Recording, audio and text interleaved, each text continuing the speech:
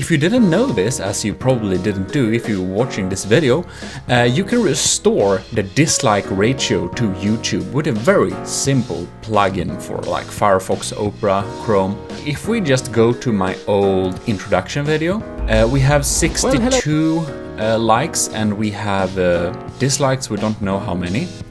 So go into description, go to this page here, which is returnyoutubedislikes.com.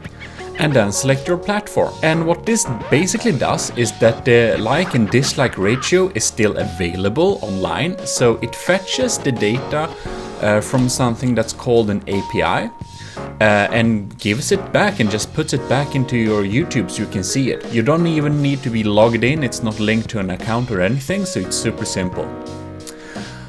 Okay, you just click allow and OK, and here you can see it. Return YouTube dislike, it's on top of there. So when we go back to the page and update it, you can see we have 10 dislikes on this video. You can see the ratio here.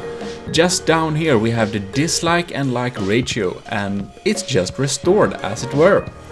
Very nice indeed. So now you can see how much dislikes or likes a video has very simply. So it's just fantastic. We could just go here and we can see it's like 15 likes, 0 dislikes. We have the ratio there, very nice.